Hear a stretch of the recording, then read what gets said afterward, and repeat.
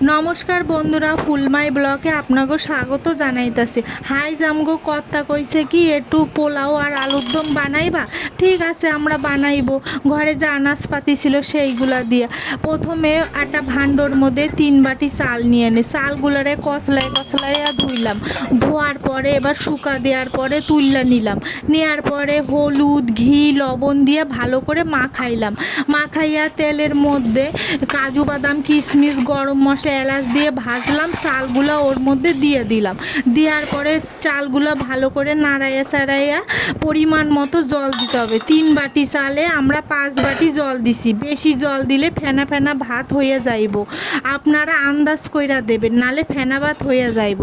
ওই পাশে আমরা কিন্তু আলুর দমও বসাইছি। আপনারা দেখুন, আলুর দমের জন্য মশলা খানও দিয়ে দিছি। মশলা খান ভালো করে কষাইয়া নিলাম। ওই সাইডে আবার পোলাও আবার বানাইতেছে, কত সুন্দর ঝরঝরে হইতাছে। আপনারা দেখুন, মশলা খান কষানো হয়ে গেছে। আলুগুলো মশলার মধ্যে সাইডে দিলাম, কত সুন্দর পালিশ হয়েছে। স্বাদ অনুযায়ী একটু চিনি দিলাম, দিয়া এবার নামাইয়া নেব পোলাও খান। আলুর দমের মধ্যেও চিনি দিলাম। আলুর দম খান কেমনে ঝরঝরে হয়েছে আপনারা দেখুন। কেমন লাগলো আলুর দম খান আপনারা জানাইবেন। রাধে রাধে, নমস্কার।